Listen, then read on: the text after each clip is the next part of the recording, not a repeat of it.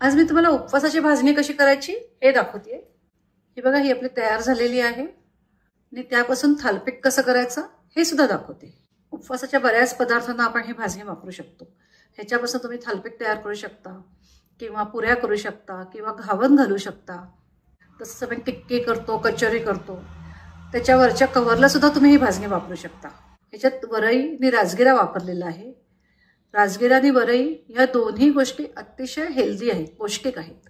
त्यामुळे उपवासाला असं नाही तर इतर वेळी सुद्धा तुम्ही ह्या भाजणीपासून तयार केलेले पदार्थ खाऊ शकता। तुम्हाला माझा व्हिडिओ आवडेलच तेव्हा माझ्या व्हिडिओला लाईक करा, शेअर करा।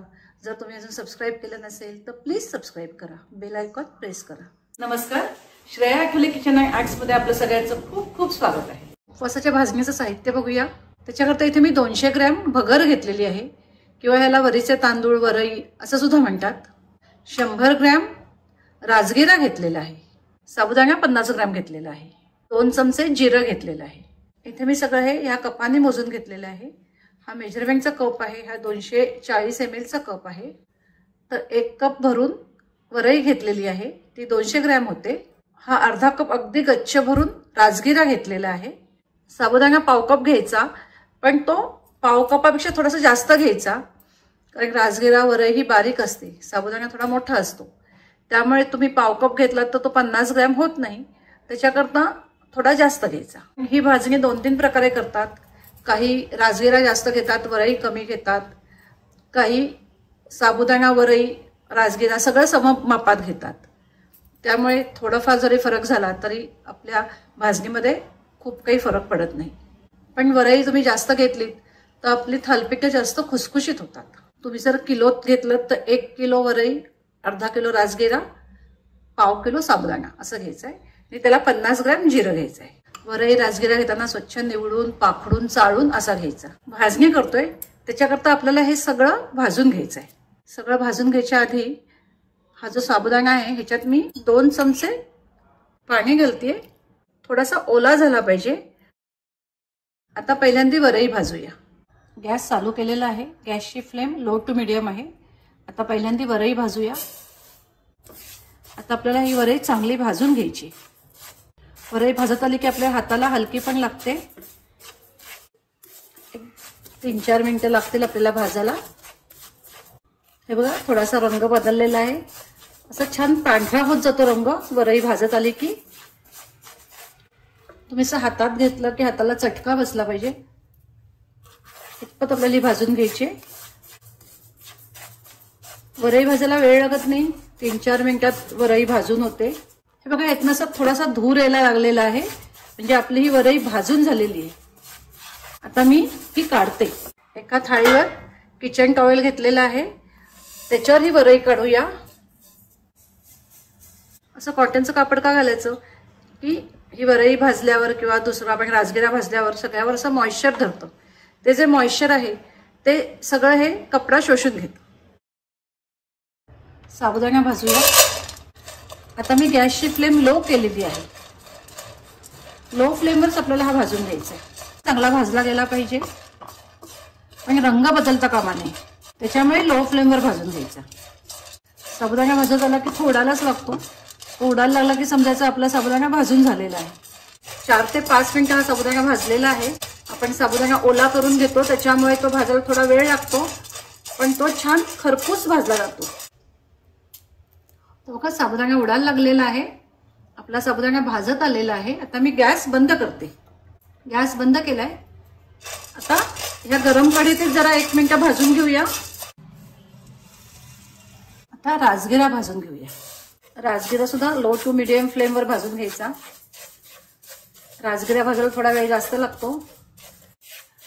राजगिरा सारखा भाजत राहायचा, काळा नाही होऊन द्यायचा। हे बघा, आपला राजगिरा पण भाजून झालेला आहे। अगदी एखादीशी लाही तशी झालेली आहे। आता मी गॅस बंद करते। जास्त तुम्ही लाही होईपर्यंत वाट बघू नका, नाहीतर मग भाजणीचा रंग बदलतो। एखादीशी लाही बघा इथे आलेली आहे, हे बघा इथे मी गॅस बंद केलेला आहे। राजगिऱ्याच्या क्वालिटीवर पण असतं, कधी कधी राजगिरा एकदम फुलत नाही, पण आपल्याला ह्याची भाजणी करायची, त्यामुळे याचा रंग बदलता कामा नये, काळसर रंग नाही करायचा।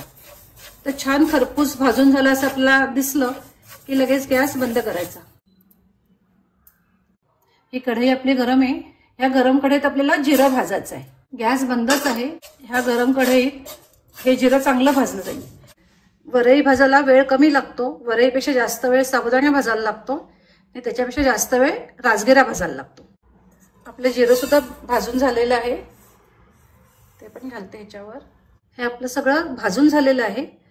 आता हे मी मिक्सरवर दळून घेते. जर तुम्हाला जास्त भाजणी करायची असेल तुम्ही बाहेरून गिरणीत दळायला दिलं तरी चालेल किंवा घरघंटी असते तिथे दळायला दिलं तरी चालेल. ही आपली उपवासाची भाजणी आहे. त्याच्याकरता दळून घेताना त्यांना सांगायचं की साबुदाणा वगैरे असेल त्याच्यावरच दळून घ्या, दुसऱ्या इतर धान्यावर दळू नका. आता हे सगळं बऱ्यापैकी गार झालेलं आहे. हे सगळं मिक्स केलेलं आहे. आता आपल्याला हे दळून घ्यायचं आहे. मिक्सरचा जार घेतलेला आहे. आम्ही चटणीचा जार वापरते, त्याच्यात जास्त बारीक दळलं जातं. 2-3 बॅचमध्ये वाटून घेते. इतकं छान वास आला आत्ताच. छान दळी गेलेली आहे. अगदी गुळगुळीत सुद्धा नाही पाहिजे आणि रफ पण नाही पाहिजे, अशी आपल्याला ही भाजणी पाहिजे. हे चाळून घ्यायचं आहे. त्या चाळणीने चाळा. आपल्याला आता हे चाळून घ्यायचं आहे. मैद्याची जी जाळी असते ती जाळी न वापरता त्याच्यावरची जी जाळी असते ती वापरा. आपल्याला अगदी फाईन पावडर नकोय. काहीच चाळ राहिला नाहीये. मी आता ही राहिलेली भाजणी पण दळून घेते. आपली सगळी भाजणी दळून झालेली आहे. आता पुन्हा एकदा ही चाळून घेऊया. चाळून घ्यायची कशा करतात तर हे सगळं व्यवस्थित मग मिक्स होतं.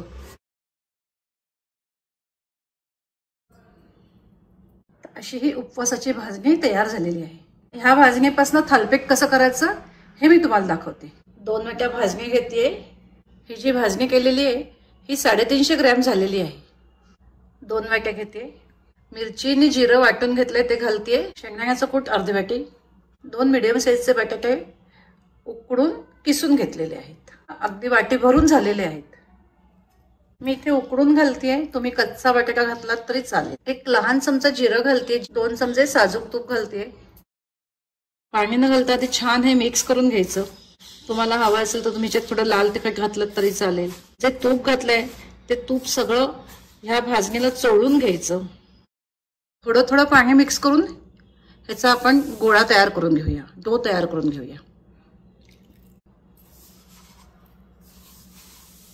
ह्याचा आपल्याला घट्टच गोळा तयार करायचा आहे. चांगलं मळून मळून असं करून घ्या. अगदी छान घट्ट गोळा तयार झालेला आहे. आता जेव्हा आपण थालपीठ लावू तेव्हा थोडा पाण्याचा हात लावून हे सैल करून घेऊ. आता ह्याचे मी एकसारखेचे 4 ते 5 गोळे तयार करून घेते. थोडं थोडं पाणी लावून सैल करून घ्यायचं आहे गोळा. आधीपासून सैल नाही करायचं, मग ते अजून सैल होतं, लूज होतं. त्यामुळे आधी घट्टच भिजवायचं. तुम्ही जर उपवासाला कोथिंबीर खात असाल तर ह्याच्यात कोथिंबीर घाला. हे बघा एवढा सैल करून घ्यायचा. असा पोळपाटावर एक प्लास्टिकची पिशवी घेतलेली आहे. त्याला तुपाचा हात लावलाय. आता त्याच्यावर थापूया. थोडासा मधनं पाण्याचा हात लावायचा की छान थापलं जातं. असं साईडनीच थापत यायचं. असं खूप जाड नाही खूप पातळ नाही असं थालपीठ थापायचं. सगळीकडून सारखं थापलं गेलं पाहिजे. मध्ये तूप सोडायला असं छिद्र पाडायची. बघा एवढं पातळ पाहिजे. तवा तापायला ठेवलाच होता. आता हे थालपीठ त्याच्यावर घालूया. हे बघा अशी पिशवी लगेच छान अशी वर येते. असं हातावर आपल्याला घेता येतं. तूप घालू थोडं थोडं.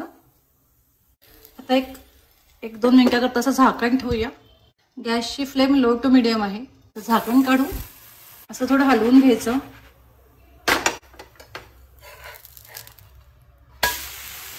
अगदी थोडंसं तूप घालते सगळीकडून.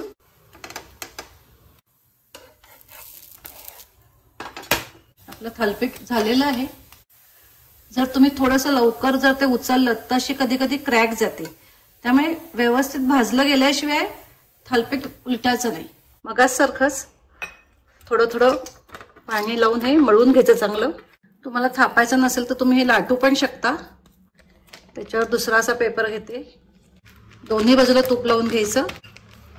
सगळीकडून सारखं लाटून घ्यायचं. मात्र हलक्या हाताने लाटायचं. आता ते एकदम एका साईडला पातळ एका साईडला जाड असं होतं. किती छान त्याचं टेक्स्चर आलंय बघा, अगदी इझी पसरलं जात आहे ते.